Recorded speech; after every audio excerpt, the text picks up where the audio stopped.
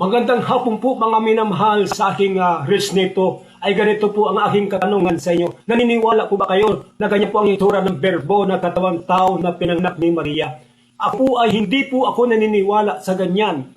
Sapagkat yan po isalungat sa Isaiah chapter 53, verse 1 and 3. Ayon kay Isaiah, ang berbo na magkatawang tao kung pagmasdan ang kanyang mukha ay walang anyo ng kagandahan, na ibig sabihin po, hindi po talaga gwapo na katulad ng larawang ito, sapagkat ang larawang ito ay isang Romano at isang European na mapuputi, brown hair, mga matatangos ang ilong, mga artistahin po mga minamahal. May papakita ko sa inyong larawan ng mga tunay na Hudyo, ng tunay na kalang skin. Ito po mga minamahal.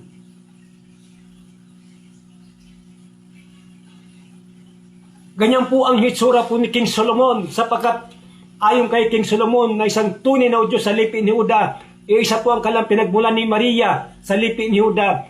Ayon sa mga awit, chapter 1 verse 5 and 6 at chapter 5 and 2, ayon kay King Solomon, siya ay kayumanggi, maitim at kulot ang kanyang buhok, katulad niya po ng mga larawang ito na aking pinakita sa inyo.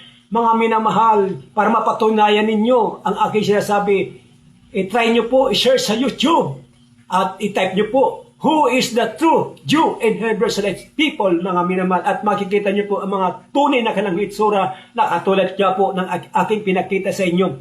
Kaya taliwas po mga minamahal sa ating iniisip at paniniwala na ganyan po ang itsura ng berbo na katawang tao, mga minamahal, sapagkat pinili ng banal na Amayawa na maging tao ay simple ang itsura, simple ang pamumuhay, at si Maria po ay simpleng tao lang po mga minamahal. Ito lang po ang aking pagtutuwid sa inyo po mga minamahal. Shalawang sa inyong kapayapaan.